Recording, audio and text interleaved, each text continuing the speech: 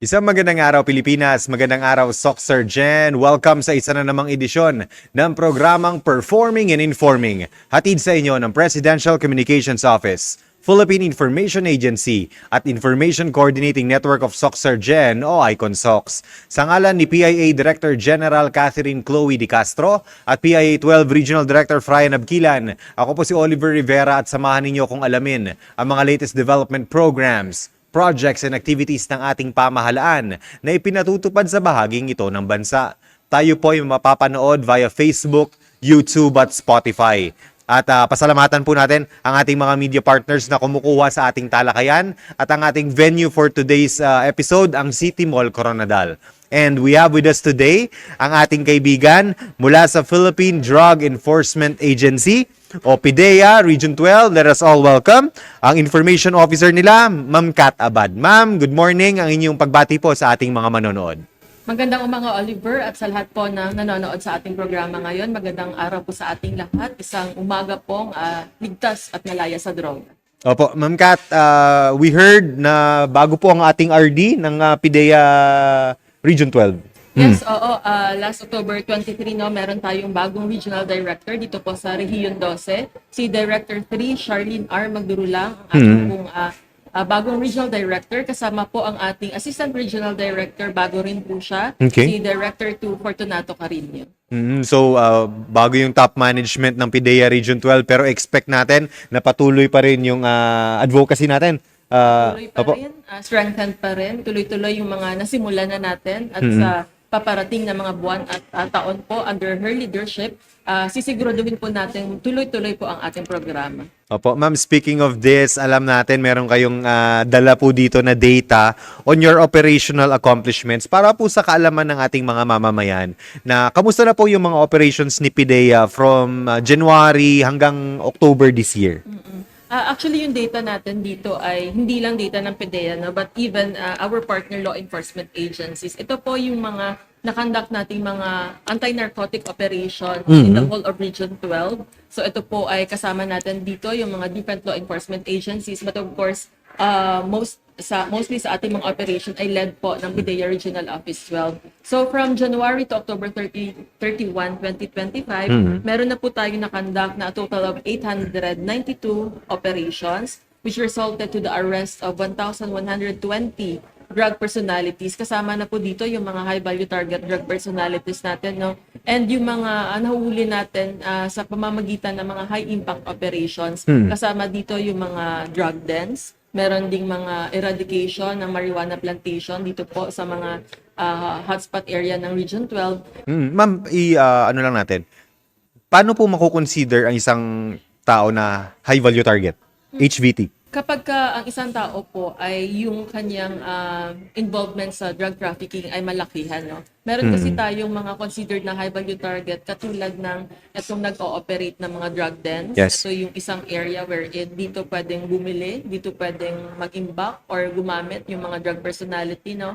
At meron din tayong considered na mga government officials na high value target. Ito yung mga nagtatrabaho sa gobyerno, ngunit imbis na sila ay magtrabaho ng maayos, ay involved din sila sa pagbebenta, as well as yung mga kasama sa mga target list. Meron tayong target listed, regional target listed drug personality. Meron din tayong mga watch listed drug personality. So ito yung mga considered as high value targets. So, based on your data, ma'am, shabu and marijuana remain to be the drug of choice? Yes, oo. Dito sa Region 12, wala tayong seizure ng mga natatala na mga new psychoactive substances. No? So for years or for several years na nananatiling shabu and marijuana yung drug of abuse dito po sa atin. How about yung mga ma'am, source ng mga ito, ma'am? Saan po ka kinukuha? Meron ba tayo dito sa Region 12 or outside the region?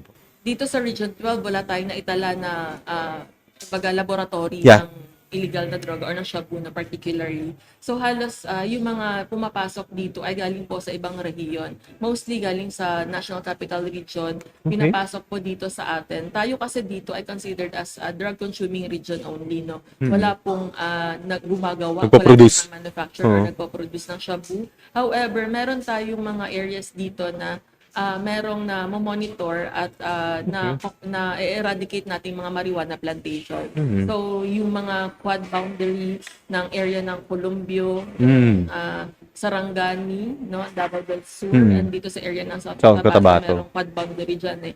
And yun ay medyo malayo na talaga, hindi rin abot ng ating mga tao dito sa baba. So mostly po dito sa atin ay talagang galing sa labas ng rehiyon. Opo. How about yung transactions naman, ma'am?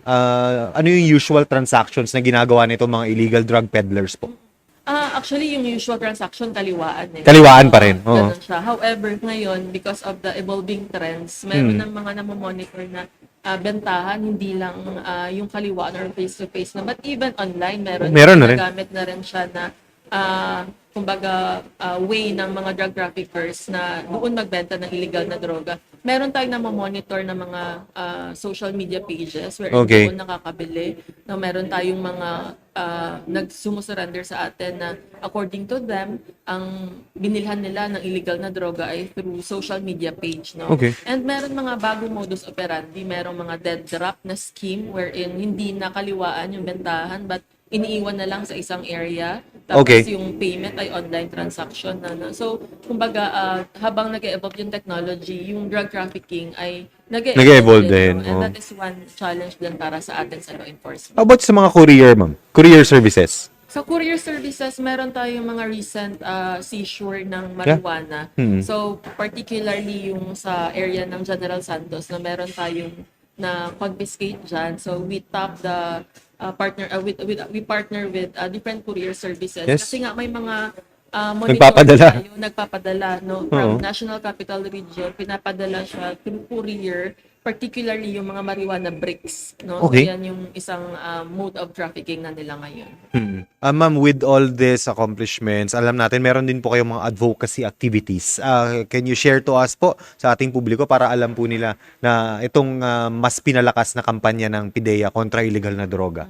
Yung kampanya ng illegal na droga, hindi lang kasi ito puro supply reduction strategy or panguhuli. No? We should couple this with demand reduction strategy. And sa PIDEA, meron tayong section, ito yung preventive education and community involvement section wherein yung focus naman nito ay yung advokasya. So kailangan kasi mas marami kasi hindi gumagamit, mas Yes. maraming hindi nagbebenta. So yung purpose nitong programa na ito is to safeguard the integrity of those na hindi gumagamit, no? And so we conduct advocacy program through the drug abuse prevention education. Meron din tayong mga programa na even the workplaces ay Okay. pinupuntahan natin, no? Drug-free workplace program wherein nagkakandak din tayo ng advokasya.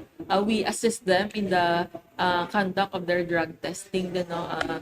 Though dapat kailangan Yeah. accredited yung pagkakandak ng drug testing, but we assist them no, kung meron silang kailangan ng mga assistance din, technical assistance, ganun. And we also have this partnership. Ito yung bago natin na programa. We mobilize yung mga civil society organizations.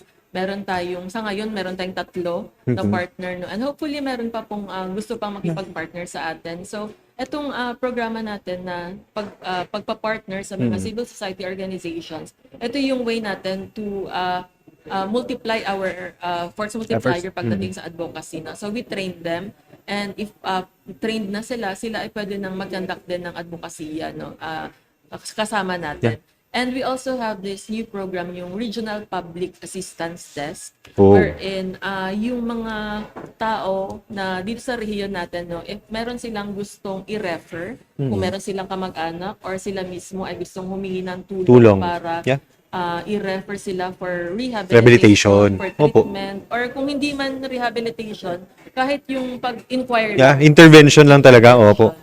So meron tayo niyan, no? And meron tayo dito sa Region 12 na mga public assistance desk officers. Sila yung trained. Okay. Sila ay DDB authorized or Dangerous Drugs Board authorized representatives na sila po yung pwede mag-represent sa court. Kasi pag nag-rehab tayo, especially inpatient rehab, kailangan ng Court order. yan. Yeah. So we have to train or we have to partner with DDB rin para meron tayong DDB authorized representative dito sa Rehiyon 12 and hindi na nila kailangan humingi ng tulong sa DDB sa Manila. Para ma-refer sila. So, yun ay ilan lamang sa programa natin under the advocacy program. Of course, yung Barangay Drug Clearing Program, kasama pa rin dyan na sa Opo. ating demand reduction Sipo. efforts. Hindi yan natitigil. Ma'am, ngayon po is Drug Abuse Prevention Week. Ano yung mga programs ni PIDEA na inihanda po for this week po? So for ito kasi under presidential proclamation, every third week of November we are conducting or we are celebrating Drug Abuse Prevention and Control Week. And for this week,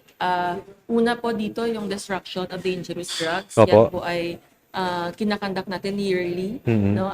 Regularly conducted yan yung mga na-turnover ng courts na mga evidence from the illegal drug operations na pwede na pong i-destruct, may court order for destruction, yan po ay sisirain na natin kasama yung ilang drug paraphernalia, tsaka yung mga expired regulated medicines turned over by the different pharmacies and hospitals po. Kahapon, ma'am, kinandak ninyo ito, ma'am, kahapon. Yes, kahapon po. Oo, na-witness po ito ng mga partners natin, no? Even our media partners na-witness din itong destruction na ito because yun ay required din ating batas. Ano pa, ma'am, aside from the...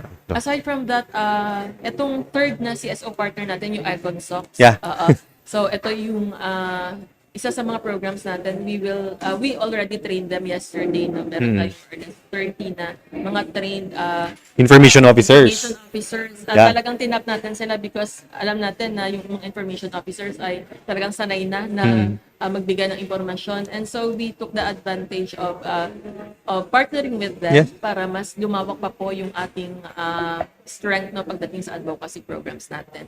And yung mga bawat probinsya or provincial offices natin, meron din silang kanya-kanyang programa and they partner also with different government agencies kasi may kanya-kanyang programa kasi no, they have their own initiated program. So for this whole week, parang busy tayo no because of course, ito yung pinaka-busy pagdating sa advokasya. Pati LGUs, meron din mga Pati inihanda. LGUs, Opo. because yun nga, they are mandated by DTB and by the law to initiate programs na kasama po sa advokasya natin laban sa illegal na drugs. Ma'am, baka may mga interested na magpa-accredit na CSOs. Ano yung process natin? Saan ba sila lalapit po? Dito sa PIDEA Regional Office, so pwede silang lumapit, no? Hanapin lang nila ako. Ako po yung in charge dyan. Unang requirement po kasi dito, dapat either SEC registered Okay. or CDA registered. Ito yung parang isa sa requirement no, para mabilisan po yung pag-accredit. And then, may mga requirements lang tayong ibibigay tulad ng mga clearances, no, mga NBI clearance or police clearance, yung kanilang organizational structure, yung kanilang bylaws ng kanilang organization. And then, yung isang mahalagang parte dyan ay yung pag nasubmit na sa atin yung requirements, we have to conduct background investigation sa kanila. Yes. Unang-una, dapat wala pong drug personality doon sa Organization. na yun. Oo. Once na meron po automatic kasi hindi na yun papasa. Siyempre. So, So, isa yun sa mahalagang requirement. And after dito, na masala or ma-receive natin yung requirements, we will turn over that sa ating National Head Office no, because doon meron tayong committee who will really scrutinize or check the requirements of yung willing na mag-partner sa atin. So, kumbaga, hindi Nationwide program pala to, ma'am. Opo. nationwide program po siya. No? And though yun nga, tinatanong kasi na karamihan kung meron pa tayong ibibigay na financial assistance. But of course, this is voluntary. No? So, yung talagang willing po na tumulong sa atin sa kampanya sa illegal na droga, yun yung sana yung hinahanap din natin. Opo. Ma'am, na-mention nyo na po kanina, BDCP. Medyo ano po ito, isa-isahin natin, ma'am.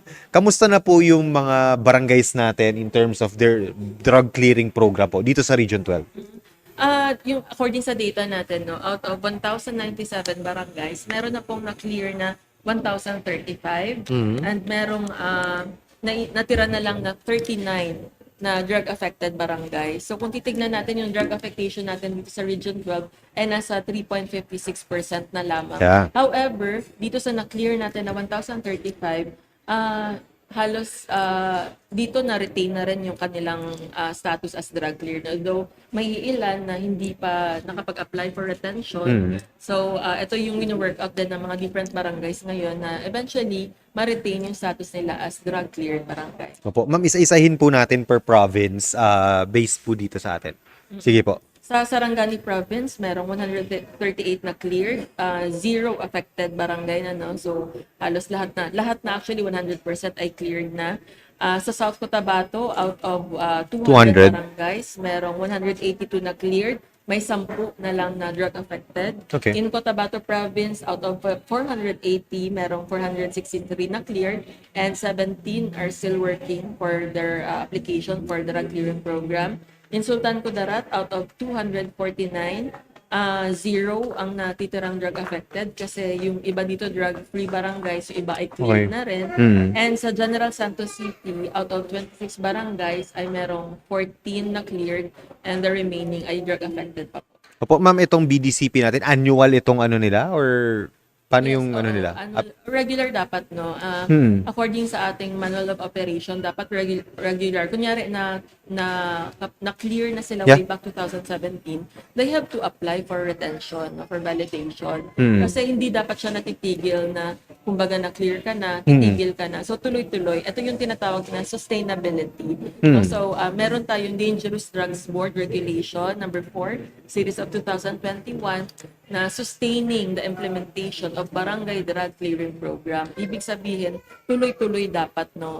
Every year, ideally every year yan siya. And kapag may na-monitor na mga new identified drug personality, Okay. dapat bigyan ng aksyon ng barangay yan. So Opo. that eventually, tuloy-tuloy din yung pagiging drug-cleared barangay nila. So, klaro lang natin, ma'am.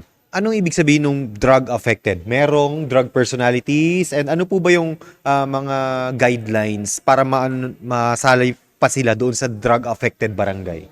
Yung category kasi ng barangay, dalawa yan, no? Ito yung medyo nalilito yung Yeah, category opo. yan, sa drug cleared tsaka sa drug free. Ah. Pag sinabing drug cleared barangay, ibig sabihin yung kanyang barangay previously ay drug affected. Okay. Yung affectation ng barangay ay tatlo yan, either slightly affected, moderately affected, or severe affectation. Kapag kasi sinabing slight lang ang affectation ng barangay, yan ay mga drug users lang ang nandyan. Okay. Kapag moderately affected, ibig sabihin may drug user, May pusher. drug pusher. Okay. At kapag sinabi namang severe ang affectation, yan na yung may drug din, may plantation ng marijuana, may drug Okay. pusher, may drug user, at posibleng may laboratorio ng siya. Oh. Ngayon, pagka affected ka, you have to apply for the Barangay Drug Clearing. Program Okay. na sasalain ng Oversight Committee composed of PDEA, DILG, DILG, PNP, DOH. and yung LGU, Okay. no,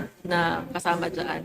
So ngayon, kapag na-clear at nakapasa sa Oversight Committee, Yeah. sila po ay matatawag ng drug-cleared barangay. Cleared na sila. Cleared sila. Okay. Yung drug-free Free naman. ibig sabihin, yung previous status ng barangay ay sila ay unaffected. So, wala talaga. Wala talagang activity ng illegal na droga, wala talagang user, no? And kapag ka nag-apply ulit for deliberation, kapag Okay. sila ay pumasa, sila ngayon ay may tatawag na drug-free barangay.